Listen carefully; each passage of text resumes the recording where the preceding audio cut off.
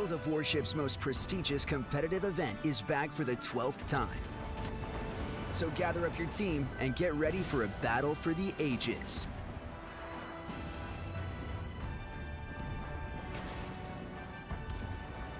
Mountains of prizes await the bravest and most cunning of commanders. But only one team will be sailing away with the most priceless reward of them all. The title of King of the Sea. The king is sunk. Long live the king. And I guess count it down. No, here we go. Ladies and gentlemen, boys and girls, worshippers of all ages, welcome to day 3 of King of the Sea here on North America. We're getting an early start today, joined by a special guest, of course, Zaf here as he always is. How's it going, buddy? Fine, thanks. Not so special. I see how it is. Thanks. Oh, Zaf, buddy, look, man, you are not a unique and special snowflake. I'm sorry. Wait. I hate to be the one to break it to you, man. Oh. Ooh. Joined today for a little pregame show by our good friend ViirtualSenpai. Senpai, how's life, man? Life is grand. It is golden, and I am ready for another day of King of the Sea. How are you all doing? Doing good. Doing great. So we decided today that we'd start a smidge early and do a little bit of a pregame show, right? This is something the Senpai suggested to me yesterday. We were talking last night about my possibly doing a post-game show at the end of day 2, and I was like, you know, one thing that we've never really done is like a pregame show, like start a little early, talk about some of the matchups that we're excited to see, some of the groups we're excited to see, and just kind of build up some hype, right? Get that hype train going early. So, Senpai, this was your idea. Start us off. Pick something today that you are excited to see. I don't care if it's a match, a team, whatever. Talk about something you were excited to see today. Honestly, there's a lot going on today, and I am just absolutely hyped to be back in King of the Sea, watching teams go at it, because I'm very proud with how far wargaming has come, especially or King of the Sea, just rather, because one, this is the first actual COTS with a cash prize, which makes us take another step forward into becoming a legitimate esport. We had the Verizon's Master Championship tournament a few months ago, which 07 won. Congratulations again, boys. Good luck again today. But taking that step is just, it makes me proud to be part of this community and proud to be in a place such as this, where we get to, one, take one step closer to World of Warships being recognized as a legitimate esport, and two, just it attracts so many I guess rosters from different parts of the world, and just seeing how tactics differ over regions, especially in just in North America, going across Europe, going into SEA, CIS. I'm just happy, man. I'm very happy, and there's no other way to explain it. It's just as simple as that. I had people in my chat yesterday who apparently, I guess some of them had been watching the EU event earlier in the day, and were commenting that the NA teams depend, and again, this is also team dependent as well, right? But just looked just like the strategies, the map, the approach to the game was very different between the servers. And it's interesting to me that we're at this point, literally after years of intermingling between the servers, by which I mean you have international matches, clan battles have international crossover times now where you can play SEA teams or Russia teams or whatever, and yet even then, despite all of that kind of intermingling of thoughts and strategies and ideas, the different servers all seem to each still have their own kind of lens that they view competitive play through. Right. Yeah. Like it's just so interesting to see how metas shift when regions mix, and it's a great flavor because it's something new to something like us, or people like us over on NA who may not know that like maybe EU, Russia, the CIS or Asia, they play differently. They have different meta ships. Like, for example, I was talking with Snake yesterday, and he said after watching a few of the CIS games, they said Ohio was used extensively, and over on NA we saw it maybe 1 or 2 times, and it's just interesting to see how they see such value in a ship that maybe other regions just don't see. You know, it's interesting you mentioned that. One of the other ships that we really haven't seen much is Conqueror. And we've seen that a bunch on EU. So I'm wondering, are we going to start seeing that today? You guys know we're going up against the seeded teams now. These are teams that have been watching what's going on in NA, but I'm pretty damn sure they've also been watching what's going on in other regions. And it seems like Conqueror is starting to make some pretty serious waves over in EU. I was watching Stats and Flambass's cast earlier, and I forget exactly the match it was, so you'll have to forgive me. But one of the teams spawned in with, it was like double Conqueror, double Des Moines, double Harugamo, Daring, like, and I was going, like, of course Smolensk is banned, but it was just like, holy cow, like this, the entire team comp was fire, fire, yeah, fire. It was like, Right. holy Jesus. You know, just crazy, man. Just crazy. Absolutely nuts. But like, I actually ended up seeing a double Conqueror on NA yesterday, in the form of YOLO and I believe it was TNG. Is that the YOLO yellow TNG match? You were telling me about this match. Yeah, it was unbelievable. Like there were absolutely, it was, for lack of better phrasing, it was one hell of a game. Snack and I, we casted that, and it was almost like watching a volcano erupt. You know, you're watching for like the very for like the majority of the time, it's quiet, it's calm, not a lot going on, and then finally there's that one flashpoint and everything explodes. Yep. And there was a point where TNG had to make a push, and everything was quiet, and then all of a sudden it was like kill, and then they could have had the game, but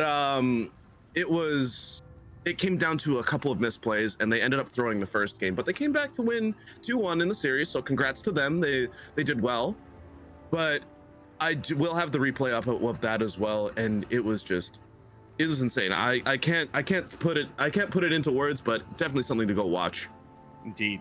Yeah. Well, and let's go ahead. That's one of the great things about us casting all these different games is there's so much content now that we'll be posting on YouTube or our Twitch VODs or whatever, and it gives a great opportunity for you, the players and viewers, to go and look at the games that you didn't see on this stream, you know, and see what you missed in a sense, I guess. There was a moment in that Treta match yesterday, Zath, that I want Senpai to go watch later. You clipped it. Somebody on my channel clipped it. Do you know that little island on the northeastern corner of the central cap on Crash Zone Alpha, Senpai, that's got that little keyhole through the island? Yeah. Oh, it's got like a big island that has like a small dip, and then it goes. Yeah, there's like an arch on the end of it, and you can actually see through and drop shells through that archway, right? Yes. We watched a Venezia slap a gearing through that arch for 15,000 damage at like 15 kilometers. Yes. Wow. Right through that hole, and we were both Zath and I went, whoa!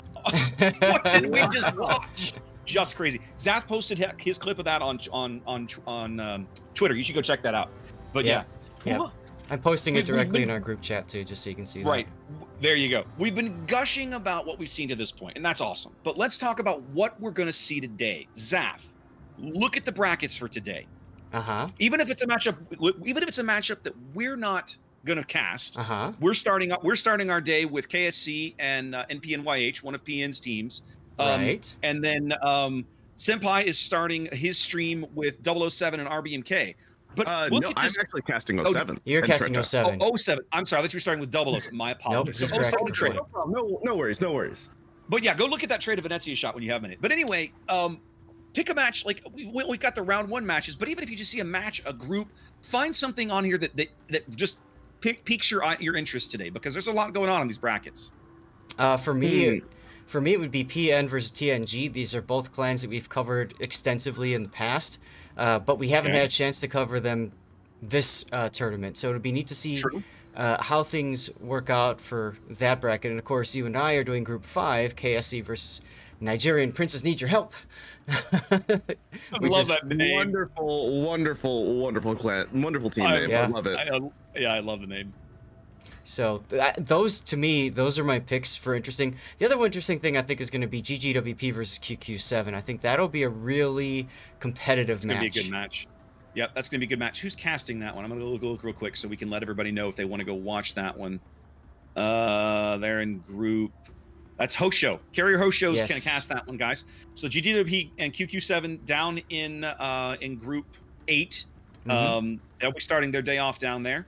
Other games that are going to be cast in this first round, Game Prodigy, Mini Hannibal are going to be bringing you PN and TNG, like Zath was talking about.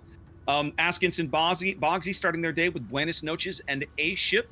I am looking forward to seeing Buenos Noches in this tournament. Hopefully, we get the chance to cast them, Zath.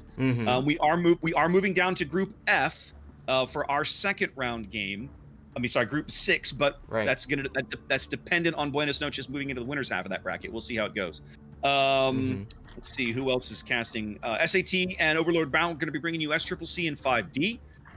Kraken and Bonks, which is the PEDS team, I believe, is it not? Yes. That's Maltese and Gaishu have got that one. And then 007 RBMK, looks like we've got Shoeless Jojo. I'm not familiar with Joe, so hopefully hopefully he brings good coverage over there. Now, for me, I missed one. And of course, we talked about Senpai and is going to be bringing you guys 07 and Traded. Now, for me, the really interesting thing when I look at this bracket is Group 2. Look at Group 2. You have Star Brazil, who to date in the tournament has not dropped a game, has consistently been performing better and better and better over the last several events. You have 007, who is an excellent team that literally narrowly missed out on the top 4 in the last event because when it came down to the rubber game of their semifinals, of their quarterfinals match, they were a little too passive, right? You remember that game on loop, Zath? Yep. Oh yeah. And so then you have RBMK, another excellent, consistent competitor in the event, and then you have Salsa, which is a team that we watched yesterday, with that reverse sweep in the very last round to earn their place in this bracket. They looked really good too. They had some really good games. So, yeah, I mean, I look at Group 2 and I think, man, that's going to be a hard-fought place to win games, man. Oh yeah, I do agree there. However, I will have to say, I'm looking at Group 8 as the group of hell. Because really? One, you have QQ7, who are they have come a long way since becoming the meme of the social clan of the 07 community. But you also have GGWP, who has put together an insane amount of depth within their roster. Excellent team. Excellent roster, excellent players over there. Definitely not a clan to I guess count out, but you also have Mio, who placed Hurricane, I believe, last Clan Wars season.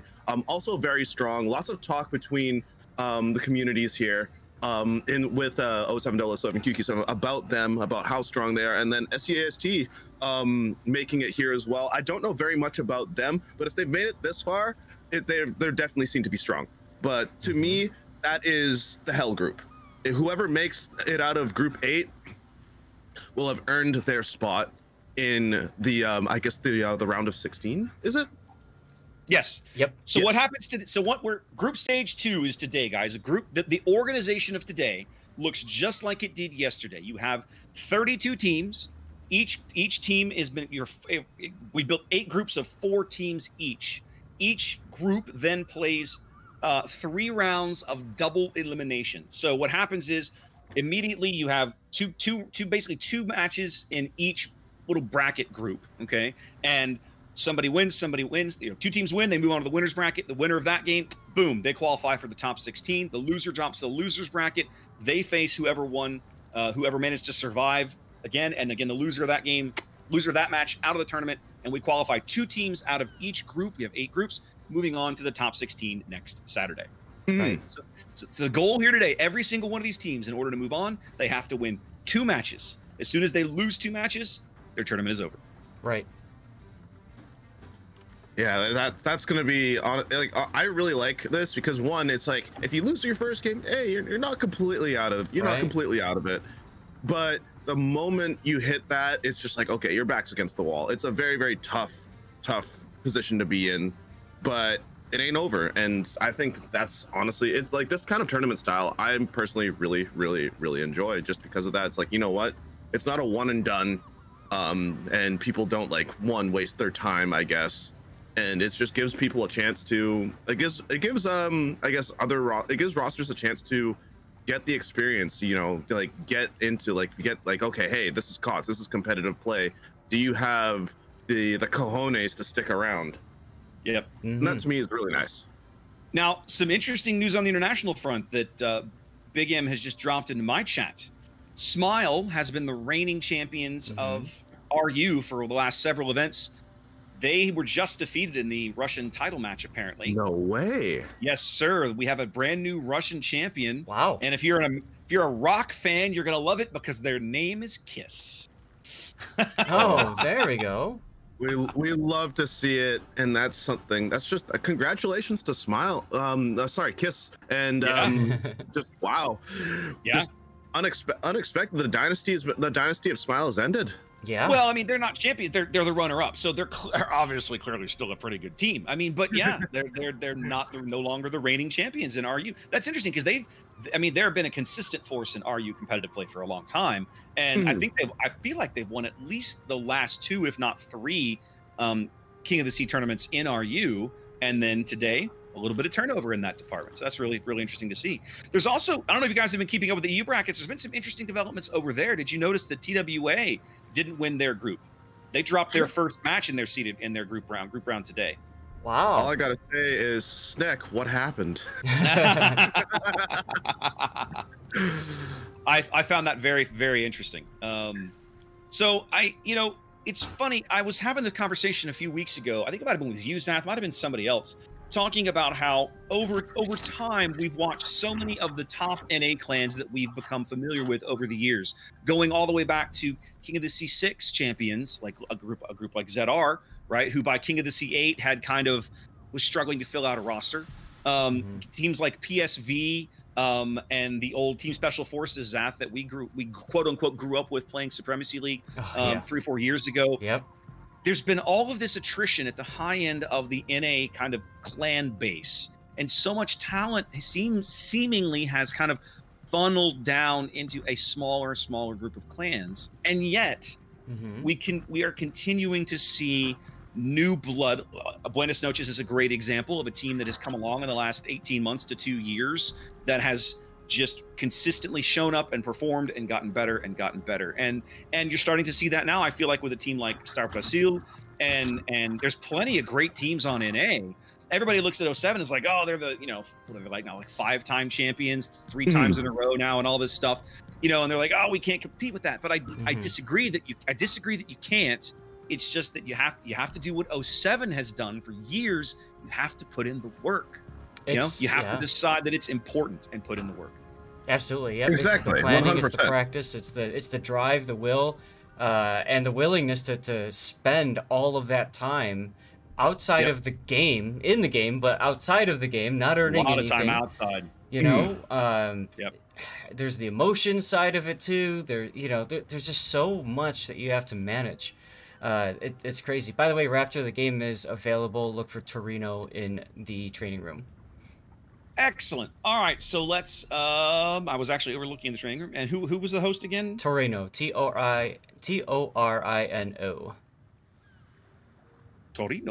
Torino. Yeah, Senpai, we're probably gonna say goodbye to you in a few minutes. Games are gonna be starting here very, very shortly. Yeah, I'm actually looking for my lobby right now, trying to figure out who is hosting Treta versus 07, and it'll be 07. It'll be somebody on 07. It should be Jones, but I cannot find him in the training room. Oh, I guess they couldn't make it. Darn, forfeit. Terrible. Oh no! Imagine 07 forfeiting the reigning champions. I don't think this feels unlikely, gentlemen. Yes. Let's see. I'm looking to see. It should have. Jones is normally the guy that does that, but I'm looking to see. Okay, you're asking. Okay, you're in the right channel. You're in the right place. Yeah. Awesome. So like I don't see anybody's name up here. Like I see 00 and QQ, but there's. Right. This might be one of those delayed games. We had I don't know if you heard about this, but yesterday we had it was really funny. RNG and Treta, they had to mulligan because they had the wrong spawns. And me, Toxic, Tedster, and Sneck actually ended up waiting about 5 minutes while Treta kind of ran over these AFK ships, and we're like, did RNG completely disconnect? What's going on here? And then finally, we're like, okay, it's mulligan. Oh no, that's funny. Funny and sad all at the same time. That's right. Give me a moment to find somebody in chat there. There we go. All right. All right. Well, Senpai, we probably should let you go so you can get prepped for your game. Anything else you want to say to the wider group here? I mean, this has been fun. I feel like we should do this again on Saturday. 100%. We should definitely do this again. But ladies and gentlemen, remember to support your King of the Seas streamers. Cheer on your favorite team, and don't be afraid to just throw up your clans in chat, man. Like, support your clan, support your teammates, support your clanmates.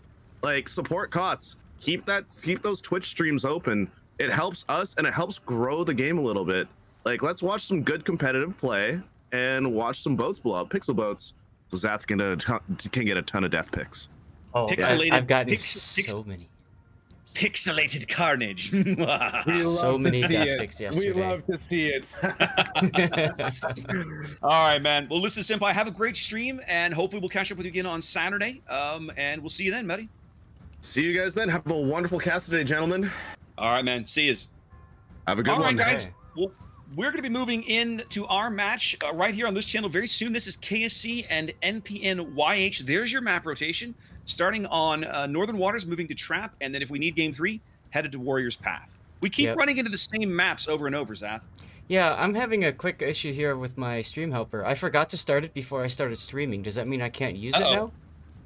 No, you should be able to. You should be able to start it, and then you connect it to OBS. Yeah, that's what I just did.